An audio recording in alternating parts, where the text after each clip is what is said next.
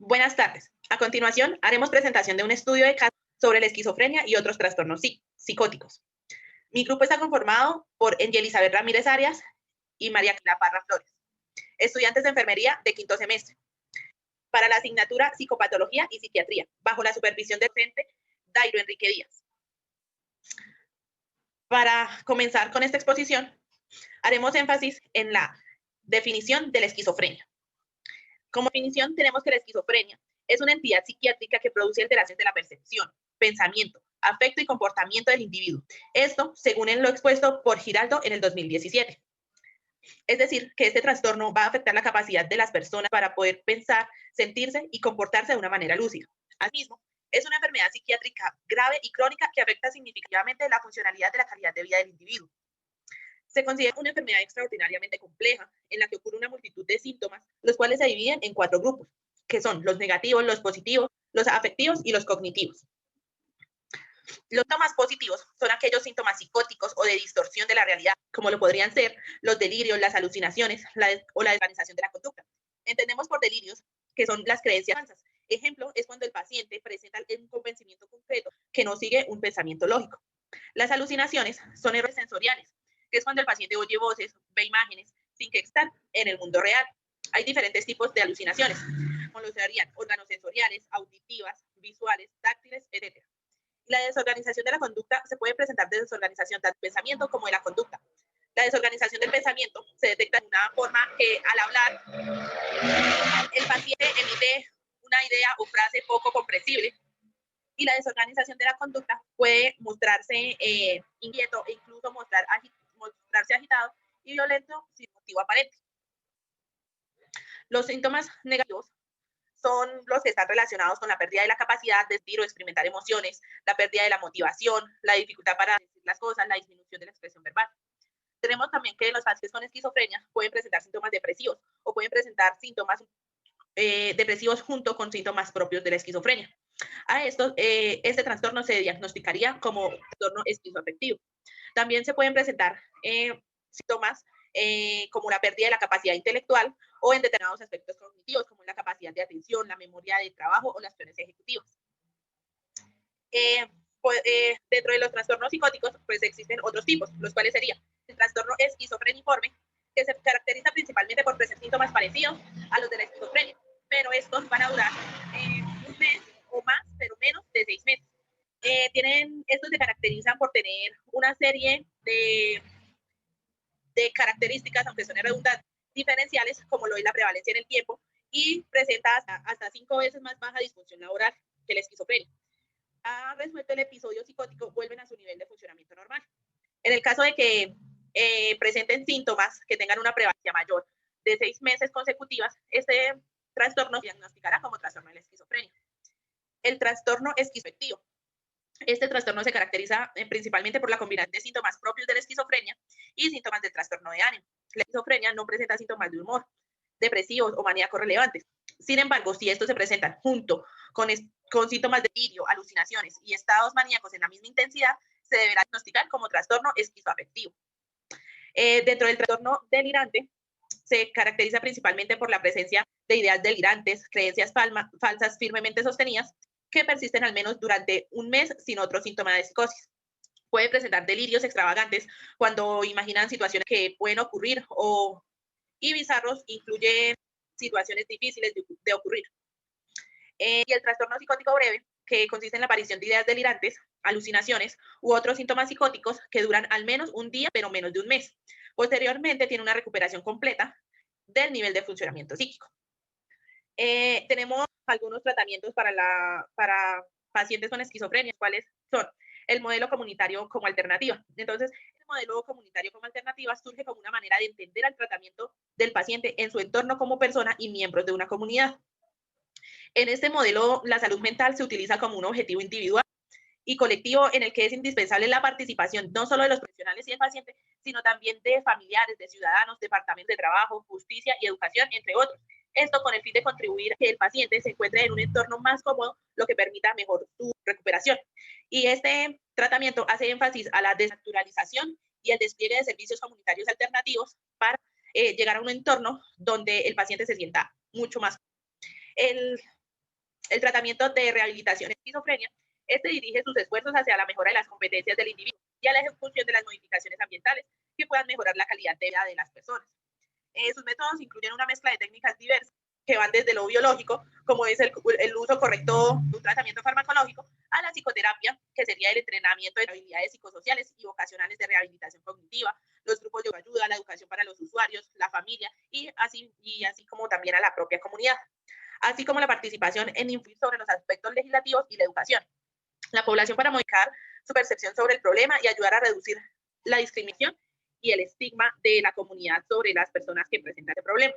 Y el manejo de síntomas psicóticos persistentes, entonces es una terapia que pretende que el paciente examine sus creencias y sus respectivas evidencias a favor y en contra, que cuestione sus estilos de pensamientos habituales y use estrategias de razonamiento y la experiencia personal para el desarrollo de alternativas aceptables y racionales, teniendo en cuenta la relación estrecha existente entre los sesgos y las distorsiones cognitivas con el mantenimiento de los síntomas psicóticos. Continuando con los tratamientos, tenemos del estigma, la educación y la autoeficacia. Entonces, este tratamiento se planteó dado de que las enfermedades mentales, bueno, de todas las enfermedades mentales, pocos pacientes han sido tan maltratados y menospreciados por ellas como aquellos que sufren esquizofrenia. Por otro lado, pues la asociación entre violencia y enfermedad mental grave se ha convertido en una de las grandes fuentes de discriminación y temores por las poblaciones. En base en esto, pues se plantean los servicios y profesionales en esta área de la salud, que serán los encargados de brindar la información clara y precisa acerca de las características y necesidades de las personas con enfermedades mentales. Dado que para fomentar la participación de las comunidades en el cuidado de la salud mental es un requisito muy importante informarlas.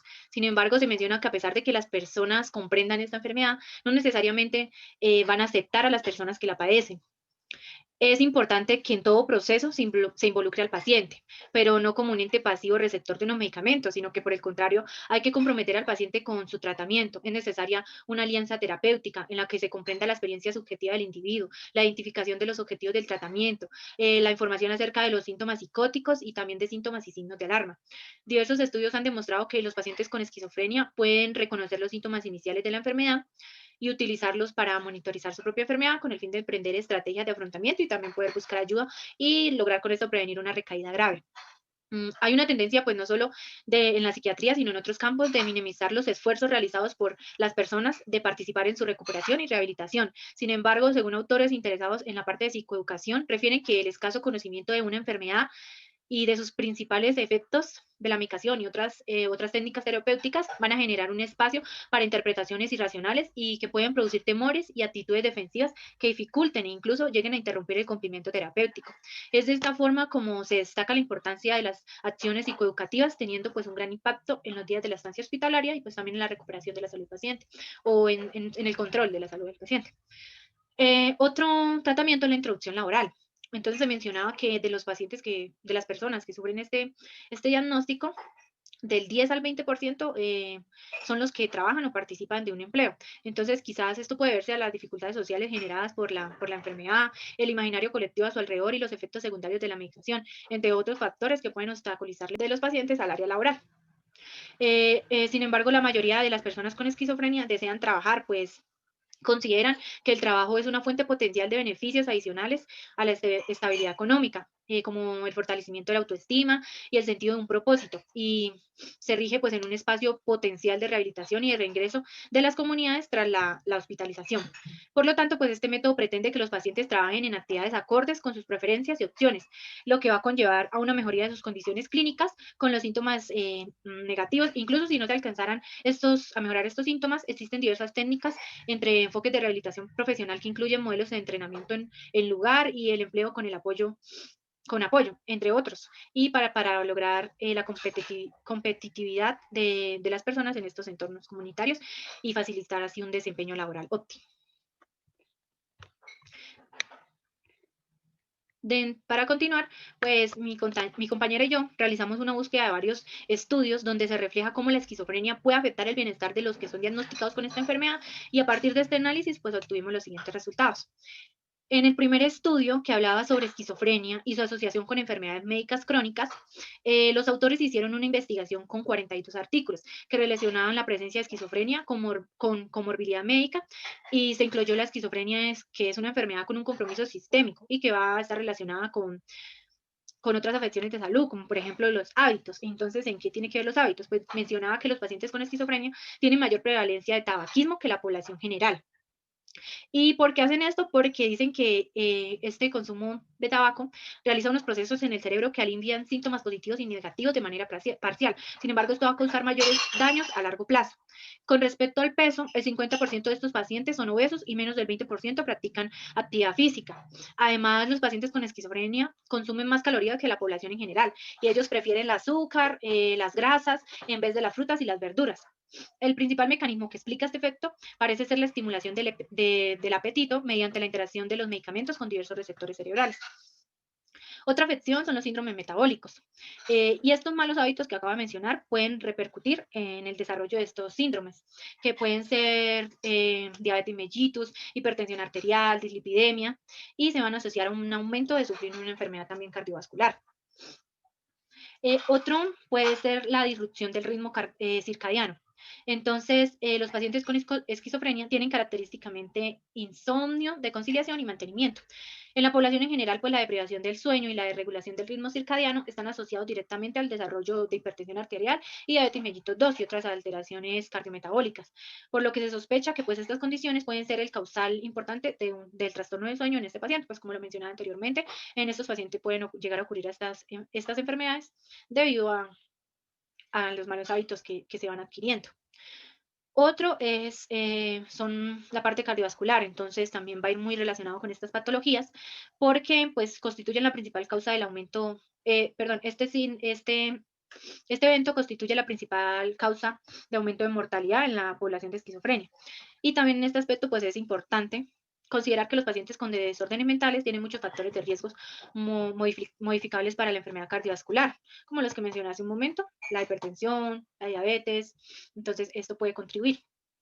Otra afección es la discapacidad cognitiva y los riesgos cardiometabólicos. Entonces dice que la esquizofrenia se caracteriza por múltiples déficits cognitivos, incluyendo principalmente la atención, la memoria y funciones ejecutivas. Se menciona que este estado cognitivo puede empeorar a causa de otras enfermedades relacionadas como la hipertensión, la diabetes, el sobrepeso, pues estas van a deteriorar algunas funciones cognitivas del paciente, dificultando más esta área. Otro aspecto es la osteoporosis. Entonces, al compararlos con la población normal, los pacientes con este diagnóstico presentan una prevalencia mayor y fracturas óseas. Dice que esto puede verse involucrado por unos factores no modificables y no modificables. Entre los no modificables pues, se encuentran la edad, la raza caucasina, el historial familiar de esta enfermedad. Y en los modificables, el tabaquismo, la inactividad física, baja ingesta del calcio en dieta, deficiencia de vitamina D, ciertos medicamentos antipsicóticos, consumo de café y alcohol. Y todas estas también están relacionadas con malos hábitos que poseen estos pacientes. Y por último, tenemos la enfermedad renal crónica. Entonces, se ha evidenciado que los pacientes con esquizofrenia tienen 25% más de probabilidades de desarrollar la enfermedad crónica. Sin embargo, pues la causa de esta relación no se conoce, pero algunos dicen o postulan que es la misma disfunción endotelial que se predispone en los pacientes que desarrollan otras enfermedades como hipertensión arterial y diabetes. Entonces, esto estaría causando la enfermedad renal crónica. Sin embargo, pues se necesita más investigación en esta área. Y en general, relacionado con estas afecciones en general, pues se llega a la conclusión que iban a estar relacionados con malos hábitos que tenían los pacientes o que se generaban en los pacientes y también algunos con el tratamiento antipsicótico que se les administraba.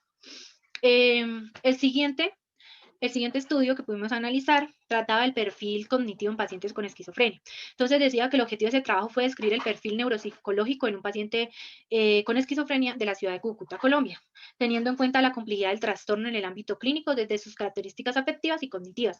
En este estudio se concluyeron los siguientes resultados. Se mencionó que el paciente presentó déficits cognitivos en el cuadro clínico, específicamente con una predominancia en alteraciones de su funcionamiento ejecutivo, inflexibilidad en su pensamiento, fenómenos de perseveración. En cuanto al el proceso atencional, el sujeto pudo focalizar y mantener la atención en los respectivos estímulos para finalizar una tarea, aunque esto se pudo ver alterado cuando tuvo que alternar entre varios estímulos. Alteración en la memoria del trabajo verbal, que requiere pues, de control, manipulación y actualización de la información recibida. El paciente también presentó una curva de aprendizaje verbal fluctuante, encontrándose por debajo de lo esperado para la edad del sujeto estudiado y presentando dificultades al almacenar y evocar información, especialmente cuando se le presentaron claves o ayudas. También se recomienda implementar programas de promoción y prevención psicoterapias orientadas hacia el tratamiento de autorregulación, flexibilidad cognitiva, procesos atencionales, potencializar los procesos cognitivos, estrategias de afrontamiento, autoestima y psicoeducación sobre el trastorno, del método que estábamos hablando hace un momento, en pro de, ¿qué? De la mejoría de la calidad de vida del paciente y para que éste lleve una vida socialmente reproductiva con independencia. También es importante resaltar que el paciente se encontró orientado en las tres esferas y más aún mantuvo algunas funciones conservadas con habilidades en el lenguaje expresivo y comprensivo. Y el último estudio que pudimos analizar fue uno relacionado con el área sexual y reproductiva. Aquí se mencionaba que las personas con esquizofrenia y también se estudiaron a personas con trastorno afectivo bipolar tienen un alto riesgo de embarazos no deseados y abortos debido a su condición de vulnerabilidad o comportamientos sexuales. A esto se asocia la dificultad de planear sus actos y escasez de educación sexual o la asesoría por un médico, por algún personal de salud, lo cual pues lleva a resultados negativos, incapacidad para cuidar también adecuadamente, pues si llegado caso tuvieran familia. Entonces, en base a estos datos se realizó un estudio donde se incluyó a 160 participantes del Hospital Universitario San Vicente Fundación de Medellín, donde un residente de tercer año de psiquiatría contactó con ellos y les aplicó una encuesta acerca de las características de su vida sexual y reproductiva y la anticoncepción, obteniendo él los siguientes resultados. Casi todos los pacientes con esquizofrenia estaban solteros, no tenían estudios de pregrado y se encontraban desempleados. Casi todos los pacientes con esquizofrenia y casi la mitad de los pacientes con TAP reportaron no tener vida sexual activa. Casi todos los pacientes reconocieron que usaban algún método anticonceptivo. También se concluyó que una cuarta parte de los embarazos fueron no planeados. Y por último se concluyó que el 57.4% de los pacientes con TAP y el 78.8% de los pacientes que tenían esquizofrenia se consideraban bien informados sobre planificación familiar, a pesar de que la mayoría afirmaban que nunca habían recibido información sobre este tema durante las consultas de psiquiatría. De este estudio se concluyó que los pacientes con enfermedades mentales tienen alteraciones cognitivas y conductuales que afectan su vida sexual y reproductiva y que por lo tanto los psiquiatras o el personal encargado deben abordar esta cuestión para garantizar la educación en áreas como la anticoncepción, la planificación familiar, las enfermedades de transmisión sexual y también ayudar a salvaguardar la seguridad y calidad de vida de sus pacientes. Entonces vemos también como el personal de enfermería se puede ver involucrado en este ámbito con el fin también de brindar una educación y poder ayudar en la recuperación de estos pacientes. Y eso sería todo. Muchas gracias.